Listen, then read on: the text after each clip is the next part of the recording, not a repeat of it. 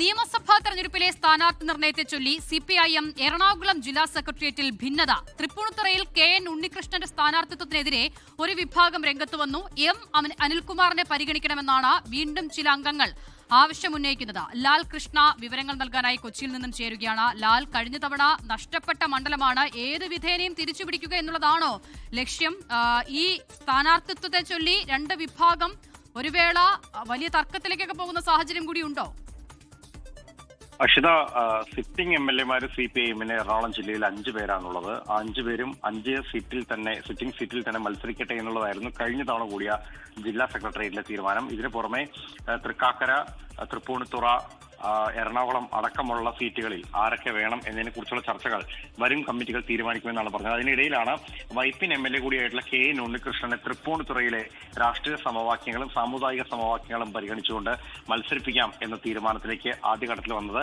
ആ തീരുമാനത്തിനെതിരെയാണ് ജില്ലാ സെക്രട്ടേറിയറ്റിൽ തന്നെ വിരുദ്ധ അഭിപ്രായങ്ങൾ ഉയർന്നത്. കാരണം കഴിഞ്ഞ 5 വർഷമായിട്ട് വൈപ്പിൻ മേഖല കേന്ദ്രീകരിച്ച് പ്രവർത്തിക്കുന്ന ഒരു MLA കൂടിയാണ്, ഒരു വ്യക്തി കൂടിയാണ് KN ഉണ്ണികൃഷ്ണൻ. ഉണ്ണികൃഷ്ണന്റെ പെട്ടെന്നുള്ള അഭാവവും 2 മണ്ഡലങ്ങളെയും കാര്യമായി ബാധിക്കും എന്നുള്ളതാണ് ഒരു വിഭാഗം പറഞ്ഞത്. മറുവിഭാഗത്തിന്റെ വാദം എന്ന് പറയുന്നത് സ്ഥലത്തെക്കുറിച്ച് കൃത്യമായ ധാരണയും മറ്റു കാര്യങ്ങളുമുള്ള അനിൽകുമാർ, കൊച്ചി മേയർ കൂടിയായിരുന്നു അദ്ദേഹം ജനപ്രിയൻ കൂടിയാണ്. അദ്ദേഹത്തെ ആ സീറ്റിലേക്ക് പരിഗണിക്കാവുന്നതേ ഉള്ളൂ. മറ്റൊരു MLA ആയിട്ടുള്ള സിറ്റിംഗ് MLA ആയിട്ടുള്ള ആളെ അവിടേക്ക് മാറ്റേണ്ട കാര്യമില്ല എന്നുള്ളതായിരുന്നു.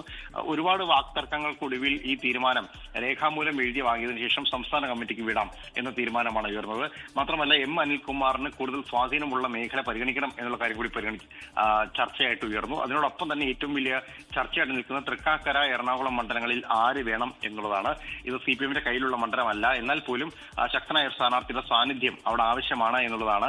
നേരെ മറിച്ച് കളമശ്ശേരി, കോതമംഗലം, കുന്നത്നാട്, കൊച്ചി അടക്കമുള്ള സ്ഥലങ്ങളിൽ സിറ്റിംഗ് MLA-മാരായുള്ള P. രാജീവ്, ആന്റണി ജോൺ, ശ്രീനിജൻ, KJ മാക്സി എന്നിവരെ തന്നെ പരിഗണിച്ചാൽ മതി എന്നൊരു തീരുമാനത്തിലെത്തിയിട്ടുണ്ട്. പക്ഷേ സിറ്റിംഗ് സീറ്റായിട്ടുള്ള വൈപ്പിനിലും തിരിച്ചു പിടിക്കേണ്ട തൃപ്പൂണിത്തുറ അടക്കമുള്ള സീറ്റുകളിൽ ഇപ്പോഴും ഒരു ധാരണയാക്കാൻ കഴിഞ്ഞിട്ടില്ല. അതോടൊപ്പം എറണാകുളം സീറ്റിൽ പ്രൊഫസർ KV തോമസിനെ പരിഗണിക്കണം എന്നൊരു തീരുമാനം പല കോണുകളിൽ നിന്ന് വന്നെങ്കിലും അത് സെക്രട്ടേറിയറ്റ് ചർച്ചയ്ക്ക് എടുത്തില്ല എന്നുള്ളതും ശ്രദ്ധേയമാണ്.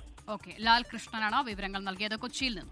ലോകത്തെവിടെയായാലും ഏത് സമയത്തും 24 വാർത്തകളും ഓഗ്മെന്റഡ് റിയാലിറ്റി പാക്കേജുകളും എക്സ്പ്ലെയിനറുകളും വിശദമായി കാണാൻ ഞങ്ങളുടെ YouTube ചാനൽ നിങ്ങൾക്ക് സബ്സ്ക്രൈബ് ചെയ്യാം.